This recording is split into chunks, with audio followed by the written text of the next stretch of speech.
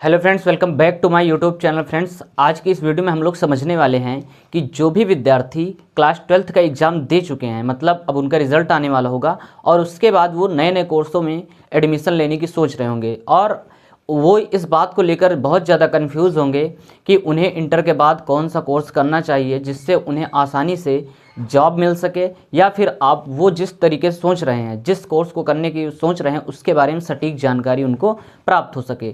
तो आज मैं केवल दो कोर्स के बारे में आपसे डिस्कस करूंगा। सबसे पहला है हमारा बीए और दूसरा आता है बीएससी, जो कि बहुत पॉपुलर है। ठीक है, अधिकतर बच्चे इंटर से निकलने के बाद इन्हीं दोनों में कंफ्यूज हो जाते हैं कि हमें कौन से कोर्स को करना चाहिए, और सही डिसीजन ना ले पाने के कारण वो एक गलत ट्रैक पर चले जाते हैं और अपने मार्ग से पूरी तरीके से भ्रमित हो जाते हैं। ठीक है, तो आज हम दोनों के बारे में फुल कंपैरिजन करेंगे कि कौन सा आपके लिए बेटर रहेगा और कौन सा बेटर नहीं रहेगा। ठीक है, कि किस कोर्स को करने के बाद हमें कौन सी जॉब आसानी से मिल सकती है, ये सारा कुछ आज की इस वीडियो में हम लोग सीखने वाले हैं। तो चलिए फिर बिना देरी करते हुए हम लोग वीडियो को स्टार्ट करते हैं। और हाँ, आपसे एक रिक्वेस्ट है, अगर फर्स्ट टाइम चैनल पर विजिट कर रहे हो तो चैनल को सब्सक्राइब जरूर करिए और फिर अपने दोस्तों तक इस वीडियो को शेयर करने का प्रयास जरूर करिए। ठीक है, तो चलिए फिर स्टार्ट करते हैं आज के इस टॉपिक को और समझते हैं कि क्या मतलब होता है बीए का और बीएससी का क्या मतलब होता है। ठीक है, तो देखिए, अब जैसे मैं बात करता हूँ बीए की और बीएससी की, तो बीए का आपको पूरा नाम पता होगा, बैचलर ऑफ आर्ट्स होता है, और इसका मतलब होता है बीएससी का बैचलर ऑफ साइंस होता है। क्या होता है? Bachelor of science. अब देखिए, अगर हम बात करते हैं कि बीए में आपको कौन कौन सब्जेक्ट पढ़ने पड़ते हैं, तो सिंपल सा आप बीए के सब्जेक्ट जानते होंगे। इसमें आपका आ जाता है बेटा हिंदी आ जाती है। कौन आ जाता है? हिंदी हो गई, इंग्लिश हो गई। क्या हो गई? इंग्लिश हो गई। ठीक है, हिस्ट्री हो गई। ठीक, हिस्ट्री हो गई, पॉलिटिकल साइंस हो गई। इस तरीके के जितने भी आपके इतिहास भूगोल रिलेटेड जितने भी सब्जेक्ट होते हैं, ठीक है, उन सबको इसमें पढ़ना पड़ता है। संस्कृत भी इसी में आ जाती है। ठीक है, तो ये सारे सब्जेक्ट आपको किस में देखने को मिलेंगे? बीए में मिलेंगे। अच्छा, अब आप थोड़ा सा दिमाग एक बात का लगाइए, क्या कि जैसे आप मान लीजिए कोई भी जॉब की तैयारी करते हैं, एग्जाम्पल मैं यहाँ पे ले लेता हूँ, चाहे टीचर का ले लो या फिर एसएससी के अंतर्गत जितनी जॉब्स होती हैं उनको ले लो। तो उनमें होता क्या है बेटा कि आपसे वहाँ पे हिंदी भी पूछी जाएगी, हिंदी भी वो पूछेगा, यहाँ पे आपको इंग्लिश भी पूछेगा, इंग्लिश भी पूछेगा, यहाँ पे आपको हिस्ट्री भी पूछेगा।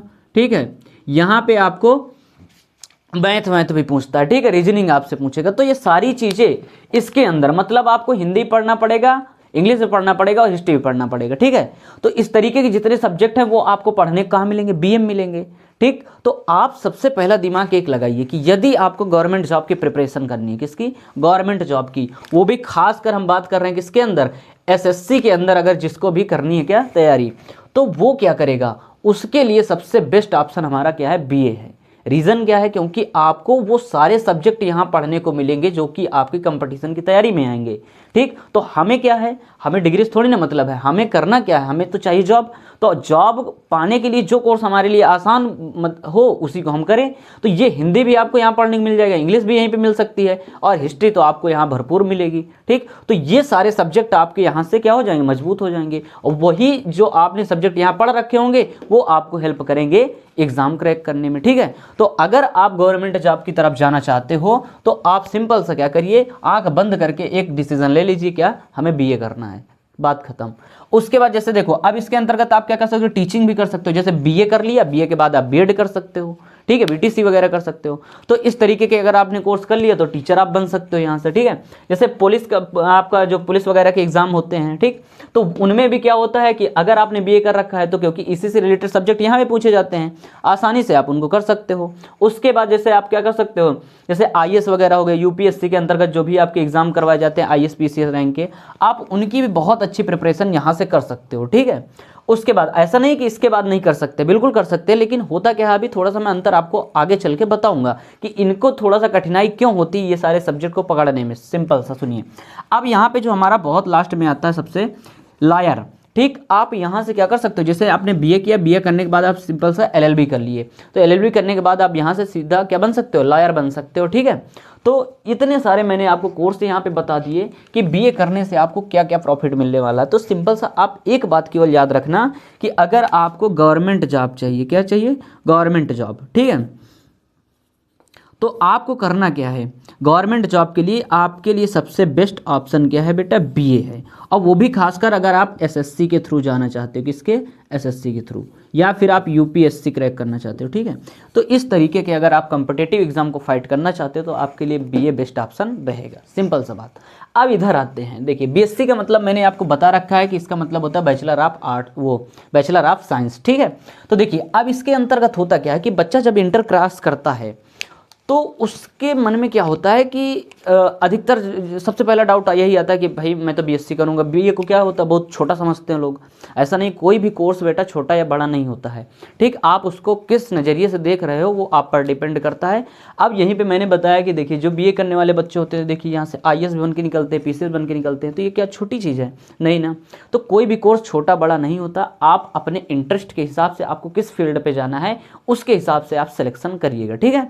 अब देखिए जैसे हमने बताया बीएससी में, तो बीएससी को लोग क्या करते हैं, तो मतलब कहते हैं कि हाँ थोड़ा सा बीए से इसका स्टैंडर्ड ज़्यादा रहता है, तो इस वजह से इसको ले लेते हैं। आधे बच्चे तो देख के ले लेते हैं कि वो शौक में ले लेते हैं, और फिर उनका कारण क्या बनता है कि फिर वो घुस जाते हैं इधर और दोनों तरफ उनका क्या हो जाता है, सत्यानाश हो जाता है। तो आपको एक मजबूत डिसीजन लेना है कि आप जिस तरफ जाना चाहते हैं बिल्कुल आंख बंद कर, किसी के कहने पे बिल्कुल मत जाइए, ठीक है। आपकी लाइफ है, आप अपने डिसीजन खुद ले सकते हैं, ठीक है। क्योंकि देखिए पढ़ाई में कभी भी आप दूसरे का डिसीजन मत मानिए, क्योंकि आप दूसरे के अकॉर्डिंग अगर काम करेंगे तो आप बिल्कुल फेल हो जाएंगे। हो सकता है जो दूसरे आपको सलाह दे रहे हो उसमें आपका इंटरेस्ट ही ना हो। तो आप पढ़ाई को अपने इंटरेस्ट के अकॉर्डिंग करिए। आप ये पहले देखिए कि आपका इंटरेस्ट किस फील्ड पे है, जिस फील्ड में आप जाना चाहते हो शांतिपूर्वक आप उस रास्ते को सिलेक्ट करिए और उसी पे पूरा मन लगा करके आप पढ़ाई करिए, ठीक है। तो आप निश्चित रूप से सफल हो जाएंगे। अब उसके बाद देखिए मैं बात करता हूँ कि जैसे बीएससी के बाद क्या होगा। बीएससी के बाद मैंने सबसे पहले लिखा लैब टेक्नीशियन, ठीक है। यहाँ पे आप क्या कर सकते हो बेटा, जैसे बीएससी किया तो यहाँ पे लैब टेक्नीशियन की जो कुछ भर्तियाँ होती हैं, वैकेंसीज होती हैं, वहाँ पे आप क्या कर सकते हो, काम कर सकते हो। या इससे बड़े थोड़ा सा बीएससी के बाद आप और कुछ कोर्स होते हैं उनको कर लिया तो फिर उसके बाद और भी आपकी जॉब सिक्योर हो जाती है। उसके बाद देखिए जैसे बीएससी जो बच्चे करे होते हैं तो रिसर्च में जा सकते हैं फील्ड में। जैसे बीएससी के बाद आपने एमएससी कर लिया, एमएससी के बाद आप पीएचडी कर सकते हो, ठीक है। तो इतने सारे जब आप कोर्स कर लेते हो तो आपको साइंस के बारे में बहुत डीप जानकारी हो जाती है, ठीक है।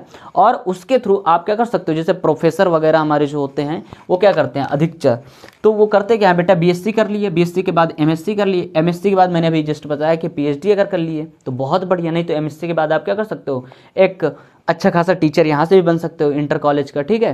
टीजीटी पीजीटी वगैरह आपके जो एग्ज़ाम होते हैं, ठीक है, उनको अगर आप क्रैक करते हो तो यहाँ से आप क्या कर सकते हो, प्रोफेसर भी बन सकते हो। उसके बाद हमारा क्या आता है, जैसे थर्ड नंबर पे हम बात करते हैं, हमारे टीचर हैं, तो यहाँ पे बीएससी करने के बाद लोग क्या करते हैं, बीएड कर लेते हैं, तो बीएड करने के बाद टीचर। अब देखिए लेकिन अब इन दोनों में अंतर क्या हुआ कि सर बीएससी से भी टीचर बन रहे हैं और बीएड से भी टीचर बन रहे हैं। अब इनमें दिक्कत ये आती है बेटा कि इन लोगों को फिर से यही सब्जेक्ट, देखो अभी तक ये क्या पढ़ रहे थे, केवल बेटा पीसीएम पढ़ रहे थे, फिजिक्स केमिस्ट्री मैथ या फिजिक्स केमिस्ट्री बायो।